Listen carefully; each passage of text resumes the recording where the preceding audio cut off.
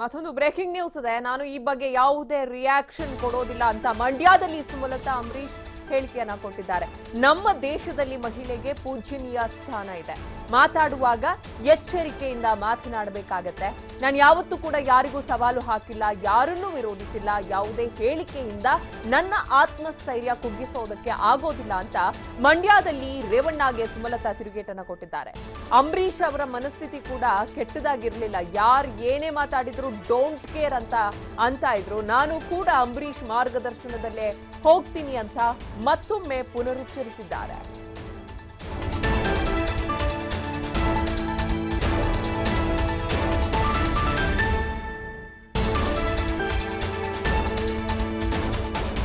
ಈಗ ರಾಜ್ಯಾದ್ಯಂತ ತೀವ್ರ ಟೀಕೆ ಆಗ್ತಾ ಇರೋದು, ವಿವಾದಕ್ಕೆ ಎಡೆ ಮಾಡಿಕೊಟ್ಟಿರೋದು ಸಚಿವ ರೇವಣ್ಣ ಕೊಟ್ಟಂತ ಒಂದು ಹೇಳಿಕೆ ಸುಮಲತಾ ಅಂಬರೀಶ್ ಅವರ ಬಗ್ಗೆ.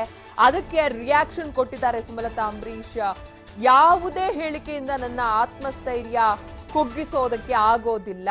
ಅಂಬರೀಶ್ ಕೂಡ ಅದೇ ರೀತಿ ಬದುಕಿದ್ರು. ಅಂಬರೀಶ್ ಕೂಡ ಯಾರಿಗೂ ಡೋಂಟ್ ಕೇರ್ ಅಂತ ಇದ್ರು.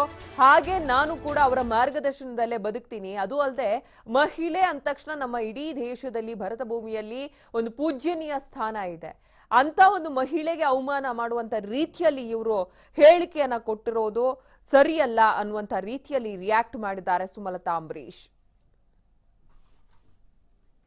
ಇನ್ನು ಈ ಬಗ್ಗೆ ಮತ್ತಷ್ಟು ಮಾಹಿತಿಯನ್ನ ನೀಡ್ತಾರೆ ನಮ್ಮ ಪ್ರತಿನಿಧಿ ಮೋಹನ್ ರಾಜ್. ಸುಮಲತಾ ಅವರ ಬಗ್ಗೆ ರೇವಣ್ಣ ಕೊಟ್ಟಿರೋ ಹೇಳಿಕೆ ಈಗ ತೀವ್ರ ಟೀಕೆಗೆ ಗುರಿಯಾಗಿದೆ. ಸುಮಲತಾ ಅಂಬರೀಶ್ ಏನೆಲ್ಲ ಪ್ರಸ್ತಾಪ ಮಾಡಿದ್ರು ಈ ವಿಚಾರದ ಬಗ್ಗೆ? ಖಂಡಿತವಾಗ್ಲೂ ಅಂಕಿತ, ಇವತ್ತು ಕೂಡ ಸುಮಲತಾ ಅಂಬರೀಶ್ ಅವರು ಮಂಡ್ಯ ಲೋಕಸಭಾ ಕ್ಷೇತ್ರ ಮಂಡ್ಯ ನಗರದಲ್ಲಿ ಒಂದು ಪ್ರಚಾರ ಸಭೆಯನ್ನ ನಡೆಸಿ ಅಲ್ಲೂ ಕೂಡ ಕೆಲವರು ತಮ್ಮ ಬೆಂಬಲಿಗರನ್ನ ಭೇಟಿ ಮಾಡಿದ್ರು. ಈ ಸಂದರ್ಭದಲ್ಲಿ ಏನು ಲೋಕೋಪಯೋಗಿ ಸಚಿವ ರೇವಣ್ಣ ಅವರು ಏನು ಸುಮಲತಾ ಅವರ ಬಗ್ಗೆ ಒಂದು ಹೇಳಿಕೆಯನ್ನ ಕೊಟ್ಟಿದ್ದಾರೆ. ಅದಕ್ಕೆ ಪ್ರತಿಕ್ರಿಯೆ ನೀಡಿದಂತ ಏನು ಸುಮಲತಾ ಅವರು ಯಾರು ಕೂಡ ಈ ರೀತಿಯಾದಂತಹ ಒಂದು ಹೇಳಿಕೆಯನ್ನ ಕೊಡಬಹುದು, ಅದರಲ್ಲೂ ಮಹಿಳೆಯರ ಬಗ್ಗೆ ಯಾವತ್ತೂ ಕೂಡ ಈ ರೀತಿ ಮಾತನಾಡೋದು ಸರಿಯಲ್ಲ. ನಮ್ಮ ಭಾರತ ಸಂಸ್ಕೃತಿಯಲ್ಲಿ ಮಹಿಳೆಯರನ್ನ ಪೂಜಿಸಿದ್ರೆ ಒಳ್ಳೇದಾಗುತ್ತೆ ಅನ್ನುವಂತ ಒಂದು ನಂಬಿಕೆ ಇದೆ. ಅಂತದ್ರಲ್ಲಿ ಈ ರೀತಿ ಹೇಳಿಕೆ ಕೊಡೋದು ಸಮಂಜಸ ಅಲ್ಲ. ಜೊತೆಗೆ ದೇವೇಗೌಡರಿಗೆ ಅಂಬರೀಶ್ ಅವರು ತಂದೆಯ ಸ್ಥಾನವನ್ನ ಕೊಟ್ಟಿದ್ರು, ಜೊತೆಗೆ ಮರ್ಯಾದೆಯನ್ನ ಕೊಡ್ತಾ ಇದ್ರು. ಆದ್ರೆ ರೇವಣ್ಣ ಅವರು ಈ ರೀತಿ ಮಾತಾಡೋದು ಸರಿಯಲ್ಲ, ನಾನು ಇದ್ರ ಬಗ್ಗೆ ಹೆಚ್ಚಾದಂತ ಒಂದು ಪ್ರತಿಕ್ರಿಯೆ ಕೊಡಲ್ಲ ಅಂತ ಹೇಳಿದ್ರು. ಜೊತೆಗೆ ಸಾಮಾಜಿಕ ಕ್ಷೇತ್ರದಲ್ಲಿರುವಂತವ್ರು ಯಾವತ್ತೂ ಕೂಡ ಒಂದು ಮಾತನಾಡ್ಬೇಕಾದ್ರೆ ತಪ್ಪು ಸರಿಯನ್ನು ನೋಡ್ಕೊಂಡು ಮಾತನಾಡಬೇಕು. ಆದ್ರೆ ನಾನು ಈ ವಿಚಾರದಲ್ಲಿ ಯಾವುದೇ ರೀತಿಯಾದಂತಹ ಒಂದು ಹೇಳಿಕೆಯನ್ನ ಕೊಡಲ್ಲ. ಜೊತೆಗೆ ಅಂಬರೀಶ್ ಅವರು ಕೂಡ ಅವರನ್ನ ಟೀಕಿಸಿದಂತ ಸಂದರ್ಭದಲ್ಲಿ ಅವರು ನೋಡ್ತಾರೆ ಅಂತ ಹೇಳ್ತಾ ಇದ್ರು. ನಾನು ಕೂಡ ಅಂಬರೀಶ್ ಅವರ ದಾರಿಯಲ್ಲೇ ಹೋಗ್ತೀನಿ ಹೊರತು ನನ್ನ ಆತ್ಮಸ್ಥೈರ್ಯವನ್ನ ಕುಗ್ಸೋದಿಕ್ಕೆ ಯಾರಿಂದನೂ ಕೂಡ ಸಾಧ್ಯ ಇಲ್ಲ ಅನ್ನುವಂತ ಮಾತನ್ನ ಸುಮಲತಾ ಅವರು ರೇವಣ್ಣ ಅವರ ಹೇಳಿಕೆಗೆ ಸಂಬಂಧಪಟ್ಟಂತೆ ಕೊಟ್ಟಿದ್ದಾರೆ ಅಂತ ಹೇಳ್ಬೋದು ಅಂಕಿತ.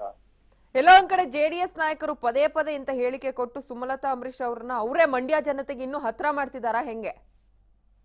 ಖಂಡಿತವಾಗ್ಲೂ ಅಂಕಿತ, ಯಾಕಂದ್ರೆ ನಿನ್ನೆ ಅಷ್ಟೇ ಸಾರಿಗೆ ಸಚಿವ ಡಿ.ಸಿ ತಮ್ಮಣ್ಣ ಅವರು ಕೂಡ ಸುಮಲತಾ ಅವರ ಬಗ್ಗೆ ಒಂದು ಹೇಳಿಕೆ ಕೊಟ್ಟಿದ್ರು. ಅಂದ್ರೆ ಸುಮಲತಾ ಅವರು ಅಂಬರೀಶ್ ನಿವಾಸಕ್ಕೆ ಹೋದಂತ ಸಂದರ್ಭದಲ್ಲಿ ಒಂದ್ ದೊಡ್ಡ ನೀರನ್ನು ಕೂಡ ಕೊಡೋದಿಲ್ಲ ಅನ್ನುವಂತ ಹೇಳಿಕೆಯನ್ನ ಕೊಟ್ಟಿದ್ರು.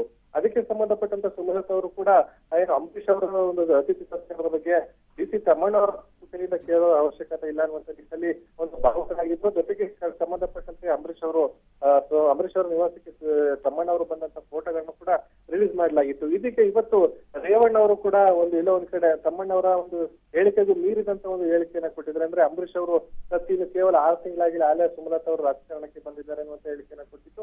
ಇದು ಕೂಡ ಈಗ ಬಾರಿ ಟೀಕೆಗೆ ವ್ಯಕ್ತವಾಗಿದೆ. ಇದಕ್ಕೆ ಸಂಬಂಧಪಟ್ಟಂತ ಸುಮಲತಾ ಅವರಿಗೆ ಉತ್ತರವನ್ನ ಕೊಟ್ಟಿದ್ದಾರೆ. ಇದು ಎಲ್ಲೋ ಒಂದ್ ಕಡೆ ಜೆಡಿಎಸ್ ನಾಯಕರು ಪದೇ ಪದೇ ಸುಮಲತಾ ಅವ್ರನ್ನ ಈಗ ಟೀಕೆ ಮಾಡಿರ್ತಕ್ಕಂಥದ್ದು ಈ ಮತದಾರರಲ್ಲಿ ಒಂದು ಪ್ರಭಾವ ಬೀಳಿದ್ರು ಅಚ್ಚರಿ ಇಲ್ಲ ಅಂತಾನೆ ಹೇಳ್ಬೋದು ಅಂಕಿತ. ಓಕೆ, ಧನ್ಯವಾದ ಮೋಹನ್ ರಾಜ್ ತಮ್ಮೆಲ್ಲ ಮಾಹಿತಿ.